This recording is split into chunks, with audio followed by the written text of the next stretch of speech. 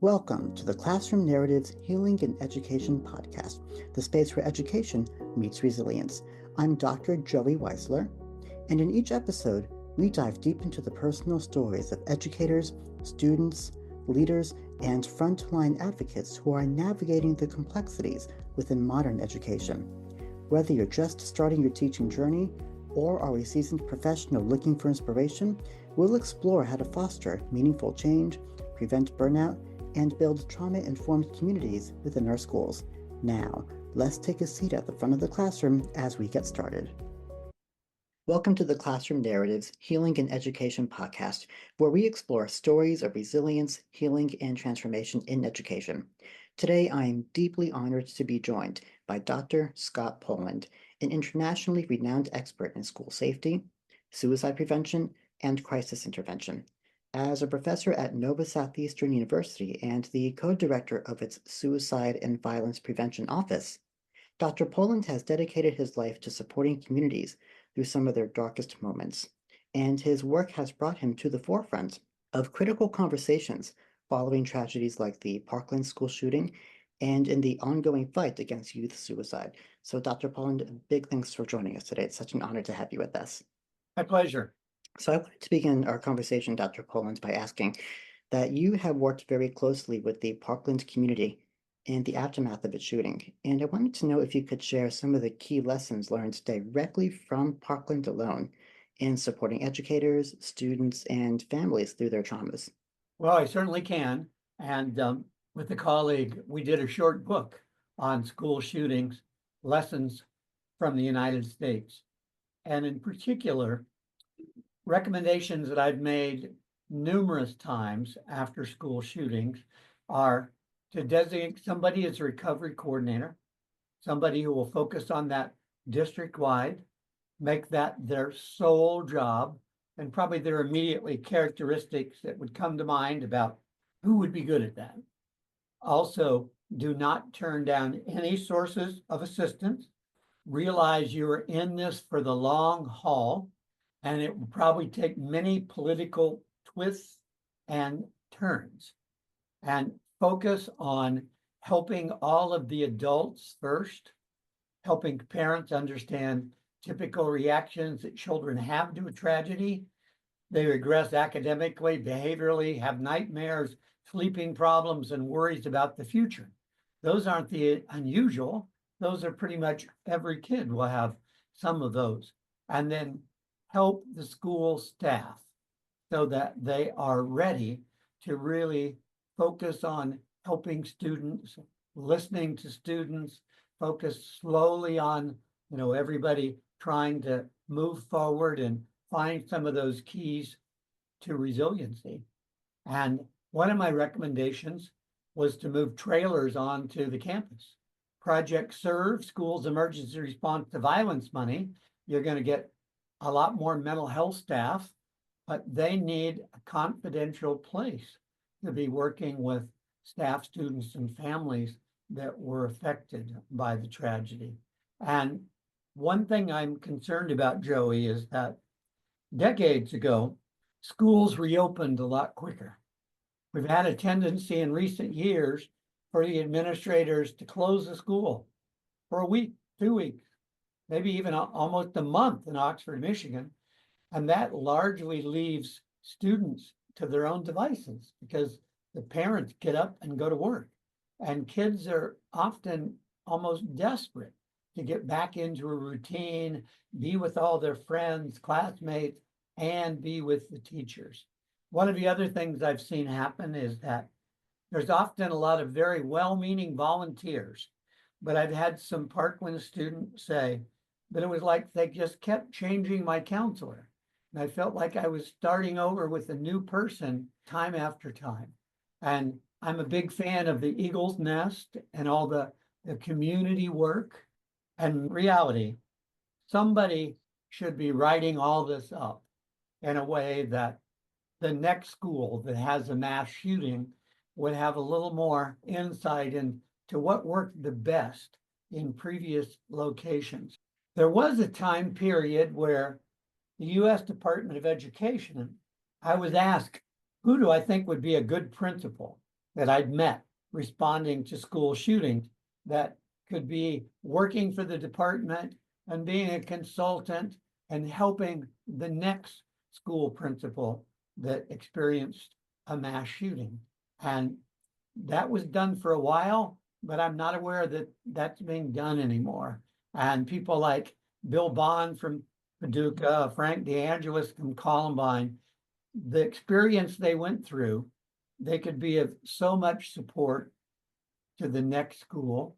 And unfortunately, there will be another one. Definitely. And one thing that you've mentioned already is that teachers should also be equipped with certain skills and strategies in order to help students who might be facing crisis. What are some of those strategies that just the basic classroom teacher can acquire to help their students? Well, you make me think of when I worked with the Columbine teachers. Basically, I said, let your heart be your guide. In your heart, you have really good ideas about how to help students. Give them an opportunity to talk about it, write about it, music, artwork, project, ceremonies, and don't be afraid to share some of your own emotions. I think in an ideal world, there would be regular in-services for teachers on helping students after tragedies. Now, obviously, we're talking about one of the worst school shootings in our history, but virtually every teacher out there has had a student's best friend die, somebody's sister dies, or even one of their coworkers die. And it's like, it doesn't seem to really be a part of that training. And yet a lot of it is just compassion, caring, being a good listener, and being willing to say, these are some of the thoughts I'm having, and let's talk about it. I like to and responding to tragedies in schools, I like to put all the desks in a circle and I sit down. And the less I say and the more they say, the better. Kids just they want to talk about the person. They want to reminisce. There's a beautiful thing about, especially adolescents. I like to call it the gift of hope. They want to make the world better. And the March for Our Lives out of Parkland was a fantastic movement to make the world better. Now, unfortunately, they didn't get the national support they needed, but I applaud them. Definitely. And you're reminding me of a line from Frank DeAngelis. I believe I read this in one of his anthologies. And Frank DeAngelis, for our listeners, is the acting principal at Columbine during their tragedy. And DeAngelis said that when he came back, he had to lead from the heart. And his ability to lead his staff from the heart was taking that first step towards vulnerability and courage and letting them all find their sense of recovery, whatever that looks like for them at that time. So I wanted to also turn our attention for a moment towards youth suicide awareness and addressing the crisis of youth suicide. So I wanted to think about how your work in youth suicide prevention has been so instrumental across all different types of schools and platforms nationwide. And what are some of the most critical warning signs that you have seen that educators and parents should be looking out for with mental health in students? Well, great question. And I'm reminded of a Parkland parent not too long ago that said, how do I know my teenage daughter is depressed? I mean, she's a teenager, right? They're moody, they're irritable. She may be preparing me for, she's going off to Florida State next year. Well, Dad, let me ask you a couple of questions. Is this persistent? Has this gone on for several weeks in a row or more? Yes. Is it pervasive? Is it affecting homeschool peers, pretty much all aspect of her life? Yes. Did she drop out of something that was previously pleasurable? As a matter of fact, she did. She was on the dance team for years. This year she said, I don't care about it. Very likely, Dad, you have a depressed teenager. And there are some very specific ones with regards to suicide, researching suicide, of course, giving away prized possessions, making out a will, in addition to those dramatic changes in behavior that I mentioned. And the scope of this problem, it's really unbelievable. But one of my friends said he was cleaning out his closet. He found a 1985 copy of Time magazine with the cover story, Teen Suicide is an Epidemic. it's done nothing but go up for the last 39 years. Second leading cause of death for middle schoolers, third leading cause of death for high school students, more and more upper elementary students threatening suicide. And in my career, I've responded to the suicides of 2 kids that were only 9 years old. So, and maybe to quote our Surgeon General, we got to talk about suicide prevention more at our homes, our schools, in the workplace, and the places of worship. If you were to ask me the one thing holding suicide prevention back, it's the fact that we don't want to talk about it, but it's on the minds of a lot of young people. And the second thing that is so critically important is remove the lethal means. And in America, that means a gun. More than 50% of the suicides in America were the result of a gunshot. But guns were actually only used in 5% of attempts. They're just incredibly lethal. And I remember a Houston teenager's goodbye note to her parents. It said, "Why'd you make this so easy? Why did you leave this gun available to me?" And a frustration throughout my career is I'm telling the parents the extensive intervention their kid needs and that they need to suicide-proof their home. And that involves locking up the gun, medications, and they don't do it. And a tragedy results. That is so frustrating.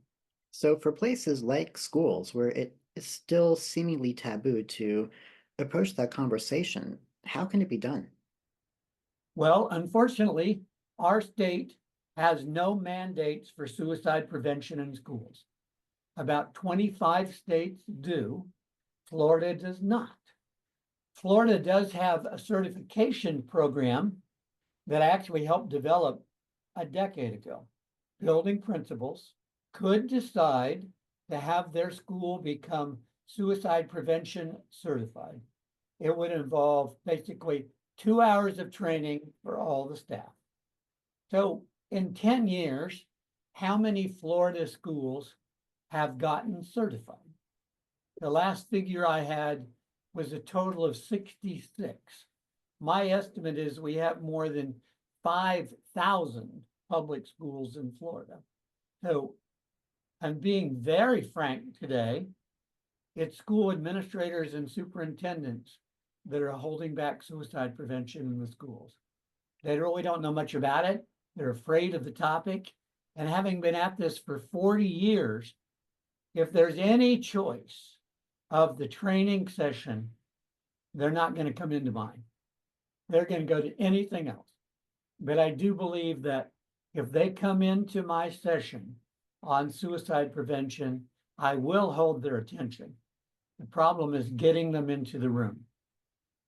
Because those figures seem quite disturbing. So, which leads me to ask, with one of the challenges in addressing youth suicide being just breaking through that isolation in terms of talking about it, and for those who are experiencing it as well, what can schools, teachers, and community members also do alongside their administration to ensure that at-risk youth can feel seen, heard, and supported before tragedy happens? Great question. And I am not a fan of our massive schools. I mean, I believe we have a middle school in the area with more than 2,000. We have a high school with more than 5,500. Yep. It's about building relationships. And I love this quote that I got from a teacher. I want to be armed, all right. I want to be armed with smaller classes so I can build relationships with my students. I want to be armed with the social worker and a psychologist. So I believe we're doing a great disservice to our young people to have these massive high schools. I went to a high school with 320 kids in it. And what that meant, Joey, was I was needed. You want to play football? You bet. You want to march in the band at the halftime? Do that too. You want to be in the junior play? Here's your part. That's just not the way it is for the majority of the students right here in Broward County. It's like a kid is lucky if they are gifted enough to be able to do one thing, whether that's dance, soccer, whatever, or be on the debate team. It just competition and pressure definitely is connected to youth suicide. And these massive high schools just really breed anonymity and pressure. Obviously, good public education is not solely about money, but pretty much every state in the South underfunds their school. If you were a dad and your kids were going to school in Massachusetts, on average, the school district would be spending twice as much money to educate your kid. So it's just like, really? How can we be satisfied with Florida being near the bottom of school funding? And I am not a fan of taking the money away from the public schools and giving it to private schools. It's like, let's fund these schools. These students represent the future of our country. Let's prioritize children. That's a great point, especially to prioritize children and the needs that they would require in order to be successful, like the mental health counselors and social workers that they can continue connecting to with continuity in order to make sure that they have visibility that they need in order to thrive. So I wanted to also ask, in terms of stretching beyond the Parkland tragedy, going back to our initial conversation here on mass violences and mass casualties, having assisted several different communities through many different tragedies, including over 16 school shootings and about 30 years worth of work, 40 years, right? What would you see to be the most effective strategy that schools can implement in order to prevent violence and foster a culture of resilience? Well, we've already touched on some of it, which would be relationship building, smaller classes, dramatically increase the number of school mental health professionals.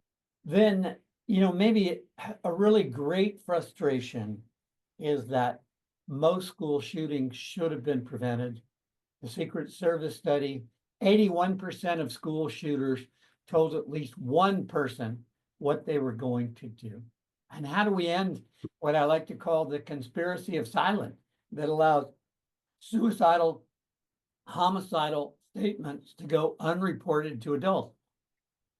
If I had one simple wish, it would be that every student in a classroom in America today would be asked to identify their go-to trusted adult. And then there'd be a discussion about why is it Coach Pinkle that you would go to? And then a discussion about what would be the scenario where you shouldn't hesitate.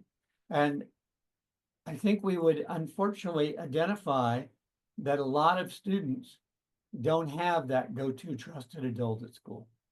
And that takes us back to that fourth R, which is relationships. And kids connected to school, that is so positive for their mental health.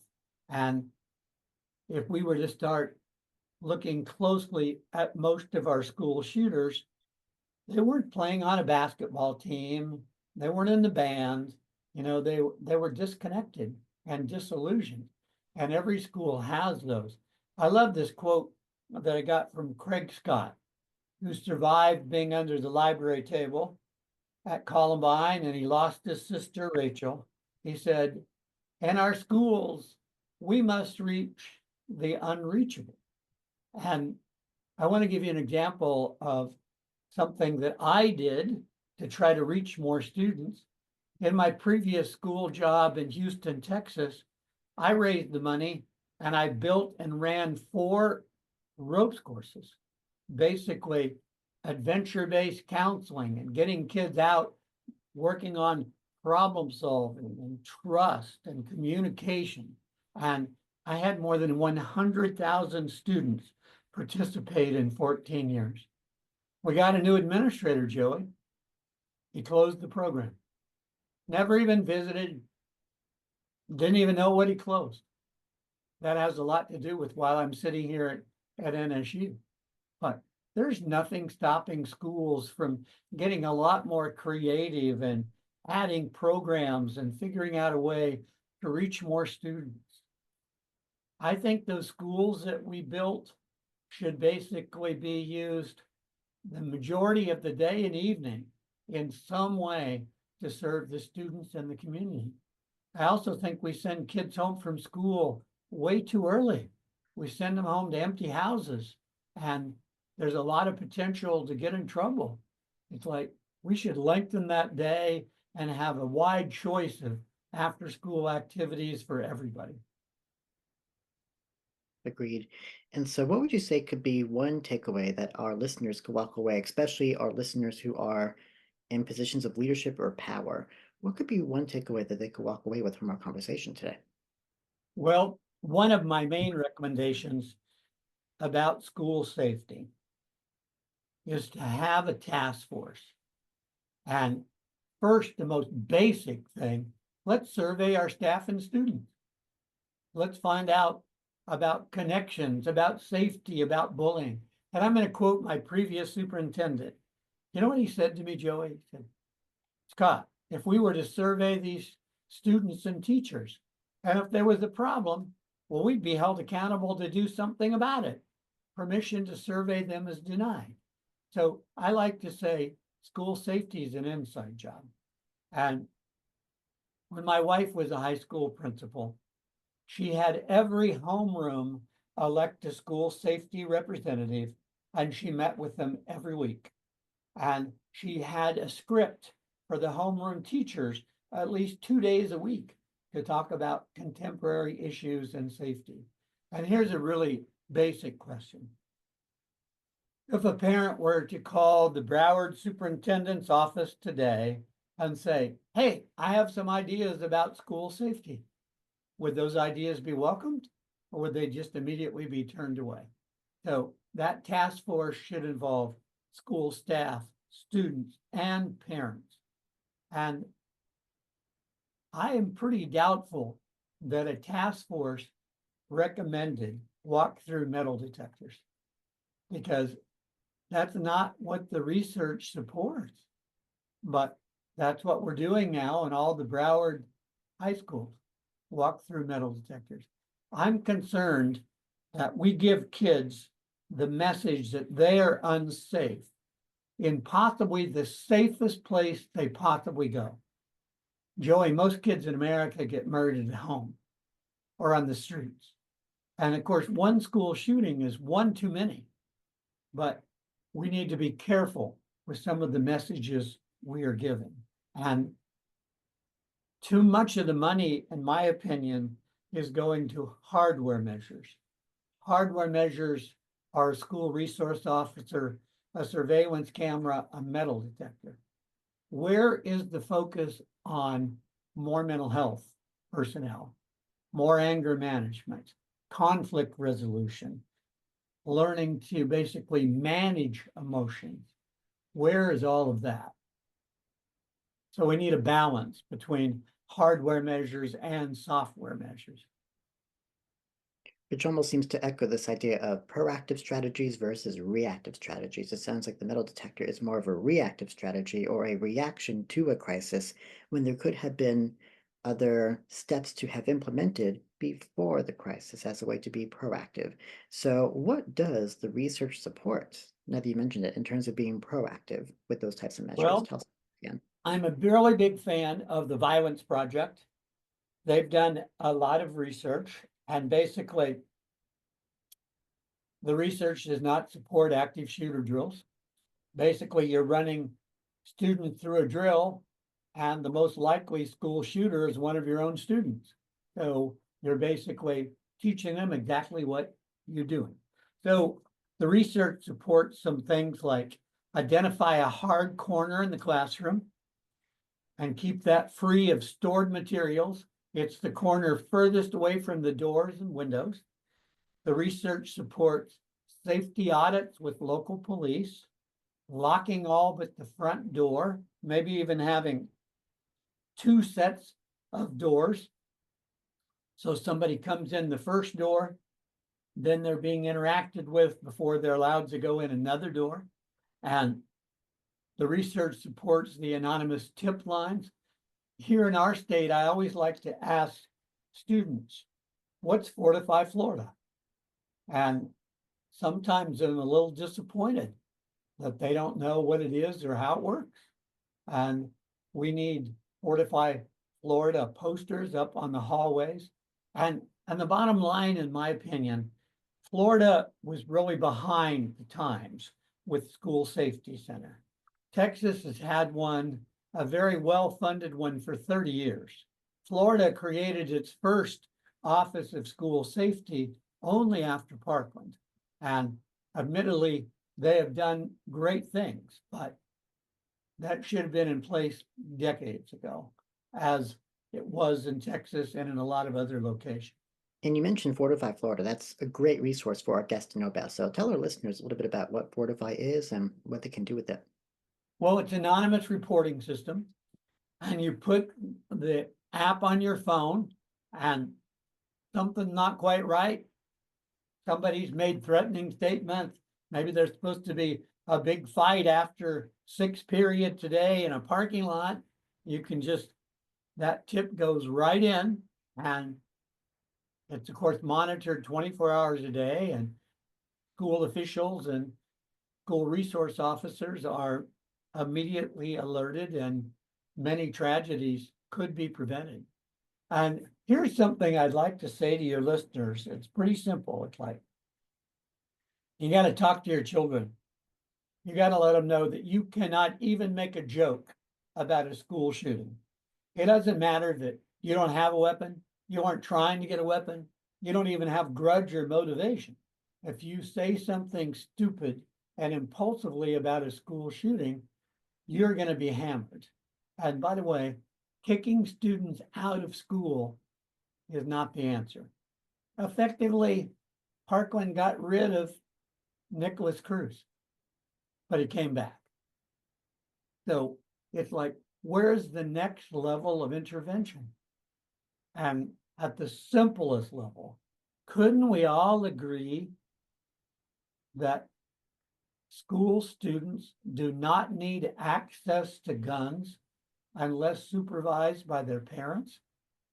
Why is that so hard? That's not saying, parents, you can't own a gun. It's saying to you, you must be responsible. Secure this gun in your home. Now, Michigan passed a law. If you have a kid under 16 in your home, you must lock up your guns. That should be a national movement. And I'm actually glad that a few parents are starting to face charges and jail time. If a kid doesn't have access to a gun, they can't shoot anybody at school. It's that simple. And that has not been part of the national mantra about any of this. The mantra has always been more police, more hardware measures. And I love this quote from Nicole Hockley, one of the founders of Sandy Hook Promise. Here's what she said. Too much of the focus on school shootings is on the moment of the shooting instead of stopping it in the first place. If your readers were, or your listeners rather, would Google safest high school in America, they'll find a principal in Indiana who proudly says, bad guys in the hallway, I just push a button. The smoke cannon fills the hallway with smoke. They won't be able to see where they're going. Do you think that's a good use of our tax dollars? To fill the hallway with smoke? That's the moment of the shooting. Where are all the primary prevention, the mental health, securing weapons, getting kids to understand their important role in school safety and coming forward? Those are the foundations of all of this.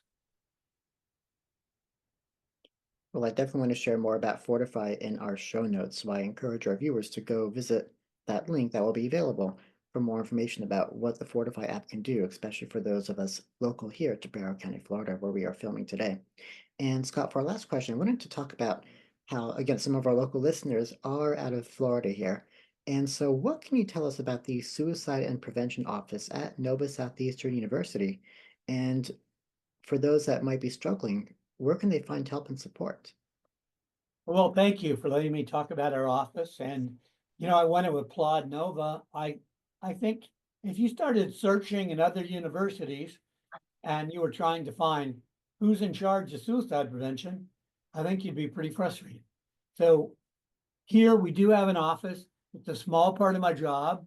I am the director of it. I do have an assistant, but we have done hundreds and hundreds of presentations on campus and in the community on suicide prevention, what to look for and what to do. And, now for about a year and a half, we've had 988, and it is critical that everybody understand all you have to do is punch 988 and you're connected 24 hours a day with a trained crisis responder to help you get through those difficult moments. And I've also become a really big fan of what's called a written safety plan, where we're asking someone, what can you do when you have those thoughts if you're all alone? So we're trying to identify internal coping strategies. Who can you call on for the external? And that needs to be written.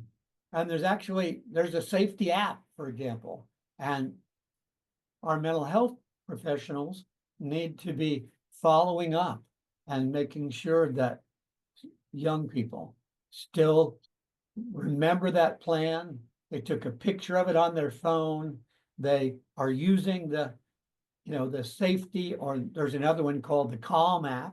They're using those to help them get through just a few difficult moments. And we all need to be very alert for what are called the precipitating events to youth suicide. So what do I mean by that? We have a lot of young people that think about suicide, but what causes them to actually take action? Severe argument with the parent, breakup of a romance, severe discipline problem, severe humiliation. So something might happen today that causes someone to take action on these previous suicidal thoughts. And I'm sorry to report that adolescents are the most susceptible to imitating suicidal behavior. I've actually gone now to 17 communities that experience what's called a suicide cluster. And what's it take to stop a suicide cluster? It takes the entire village, which would be students themselves, parents, school leaders, civic leaders, local law enforcement, mental health, physicians, survivor groups, clergy. It takes everyone coming together to promote suicide prevention awareness and to promote resources. Well, Dr. Poland, thank you so much again for joining us today as part of the podcast conversation, because I would like to echo that the work being done in suicide and violence through Nova Southeastern University has been nothing short of inspiring. And I'm hopeful that our audiences will continue to engage and reflect on today's dialogue here in order to make us a suicide-safer community.